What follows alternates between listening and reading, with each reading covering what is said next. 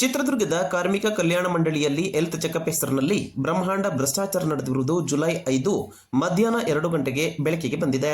ಪ್ರಿವೆಂಟರಿ health checkup ಹೆಸರಿನಲ್ಲಿ ಕೋಟ್ಯಾಂತರ ರೂಪಾಯಿಗಳು ಗುಳುಂ ಮಾಡಲಾಗಿದೆ. ಚಿತ್ರದುರ್ಗ ಜಿಲ್ಲೆಯಲ್ಲಿ 10 ಕೋಟಿ ರೂಪಾಯಿ ಕಾರ್ಮಿಕರ ಹೆಲ್ತ್ ಚೆಕಪ್ಗೆ ಬಿಡುಗಡೆ ಮಾಡಲಾಗಿತ್ತು. ಆದರೆ ಭ್ರಷ್ಟಾಚಾರ ವಿರೋಧಿ ರಾಜ್ಯ ಕಾರ್ಮಿಕ, ಕಟ್ಟಡ ಕಾರ್ಮಿಕ ಮತ್ತು ಇತರೆ ಕಾರ್ಮಿಕರ ಕಲ್ಯಾಣ ಮಂಡಳಿಯ ಕಾರ್ಯದರ್ಶಿ ವೈ ಕುಮಾರ್ ಅವರು ಲೋಕಾಯುಕ್ತ ಅಧಿಕಾರಿಗಳಿಗೆ ಭ್ರಷ್ಟಾಚಾರದ ಕುರಿತು ದೂರನ್ನು ಕೂಡ ಸಲ್ಲಿಕೆ ಮಾಡಿದ್ದಾರೆ. ಈ ಹಿಂದೆ ಬಿಜೆಪಿ ಸರ್ಕಾರದ ಅವಧಿಯಲ್ಲಿ ನಡೆದಿರುವ ಭ್ರಷ್ಟಾಚಾರ ಇದೀಗ ಬೆಳಕಿಗೆ ಬಂದಿದೆ.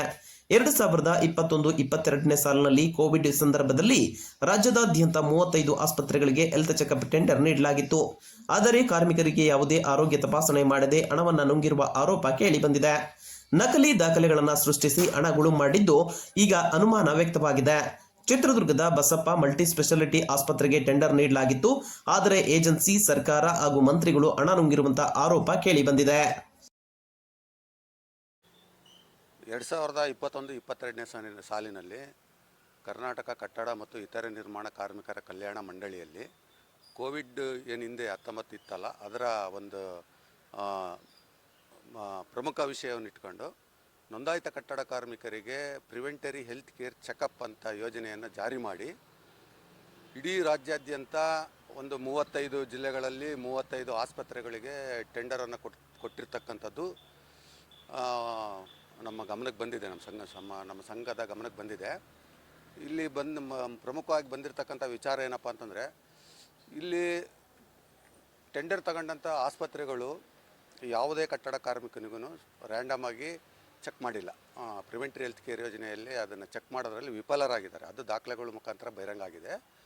ಇಲ್ಲಿ ಒಟ್ಟಾರೆ ಟೋಟಲಿ 375 ಕೋಟಿ 75 ಲಕ್ಷ ಹಗರಣ ಆಗಿರ್ತಕ್ಕಂಥದ್ದು. ಇದು ಮಾಸಾಗಿ ಇದನ್ನು ಎಲ್ಲ ಜಿಲ್ಲೆಗಳಲ್ಲಿ ಮತ್ತು ಎಲ್ಲ ರಾಜ್ಯದ ಪ್ರಮುಖ ದೊಡ್ಡ ಕೈಗಳ ಇದಿದೆ, ಇದು ಕೈವಾಡ ಇದೆ. ಇದು ಕಟ್ಟಡ ಕಾರ್ಮಿಕರಿಗೆ ಸಿಗಬೇಕಾದಂಥ ದುಡ್ಡನ್ನು, ಅವರ ಭದ್ರತೆಗೆ ಒದಗಿಸಬೇಕಾದಂಥ ಸವಲತ್ತುಗಳ ಬಗ್ಗೆ ಯೋಚನೆ ಮಾಡಿದೆ ಈ ರೀತಿ ಪ್ರಿವೆಂಟರಿ ಹೆಲ್ತ್ ಕೇರ್ ಯೋಜನೆ ಅಂತ ಒಂದು ಏನು ಹೆಲ್ತ್ ಚೆಕಪ್ ಯೋಜನೆಗೆ ಜಾರಿ ತಗೊಂಬಂದು ಹಣನ ಹೊಡೆಯಂಥ ಹುನ್ನಾರ ಮಾಡಿರ್ತಕ್ಕಂಥದ್ದು ನಮ್ಮ ಗಮನಕ್ಕೆ ಬಂದಿದೆ.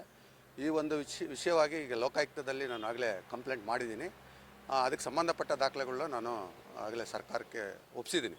ಟೋಟಲಿ ಒಟ್ಟಾರೆ ಇಡೀ ರಾಜ್ಯಾದ್ಯಂತ 375 ಕೋಟಿ ಹಗರಣ ಆಗಿದೆ. ಟೋಟಲಿ 1,46,000 ಜನ ಕಟ್ಟಡ ಕಾರ್ಮಿಕರು ಈ ಜಿಲ್ಲೆಯಲ್ಲಿದ್ದಾರೆ. ಇಲ್ಲಿ 10,000 ಜನ, ಒಟ್ಟು ಟೋಟಲ್ 33,500 ಜನಗಳಿಗೆ ನಾವು ಟೆಸ್ಟ್ಗಳನ್ನು ಮಾಡಿದ್ದೀವಿ ಅಂತ ಹೇಳ್ತಾರೆ. ಆದರೆ ಅದನ್ನು ಟೆಸ್ಟ್ಗಳು ಒಬ್ಬರು ಮಂಡಳಿಯಿಂದ ಒಬ್ಬರಿಗೆ 3,000 ರೂಪಾಯಿ ಹಣನ ಡ್ರಾ ಮಾಡಿದ್ದಾರೆ. ಒಬ್ಬರಿಗೆ 3,000 ಅಂದರೆ ಒಂದು ಏಜೆನ್ಸಿಗೆ 10 ಕೋಟಿ. ಇಲ್ಲಿ 2021-22ನೇ ಸಾಲಿನಲ್ಲಿ ಬಸಪ್ಪ ಮಲ್ಟಿ ಸ್ಪೆಷಾಲಿಟಿ ಹಾಸ್ಪಿಟ್ಲಿಗೆ ಕೊಟ್ಟಿದ್ದಾರೆ. ಇಡೀ ರಾಜ್ಯಾದ್ಯಂತ ಕೊಟ್ಟಿರ್ತಕ್ಕಂಥ ಲೀಸ್ಟ್ ನನ್ನ ಹತ್ರ ಇದೆ. ಅದನ್ನು ಇಟ್ಕೊಂಡು ನೀವು ರ್ಯಾಂಡಮ್ ಆಗಿ ಫೀಲ್ಡ್ ವರ್ಕ್ ಮಾಡಿ ಒಂದು ಸರ್ಕಾರದ ಗಮನ ಸೆಳೆಯ. ಹಿಂದೆ ಯಾರು ಸಚಿವರು ಇರ್ತಾರೆ ಮತ್ತು ಹಿಂದೆ ಯಾರು ಅಧಿಕಾರಿಗಳು, ಕಾರ್ಮಿಕ ಆಯುಕ್ತರು ಮತ್ತು ಸಂಬಂಧಪಟ್ಟ ಕೆಳಮಟ್ಟದ ಅಧಿಕಾರಿಗಳು ಎಲ್ಲ ಸೇರ್ಕೊಂಡು ಮತ್ತು ಏಜೆನ್ಸಿಗಳೆಲ್ಲ ಸೇರ್ಕೊಂಡು ಹಣನ ಲೂಟಿ ಮಾಡಿರ್ತಕ್ಕ 33,500 ಚೆಕಪ್ಪನ್ನು ಮಾಡಬೇಕು. ಅವರು ಒಂದು 5,000 ಜನಕ್ಕೆ ಮಾಡಿರ್ತಾರೆ. ಇನ್ನಿದ್ದೆಲ್ಲ ದಾಖಲೆ ಸೃಷ್ಟಿ ಮಾಡ್ಕೊಂಡಿರ್ತಾರೆ.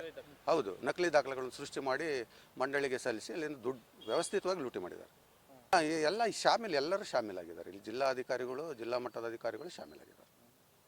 ನಾನು ಇವತ್ತು ಒಬ್ಬ ಕಟ್ಟಡ ಕಾರ್ಮಿಕನ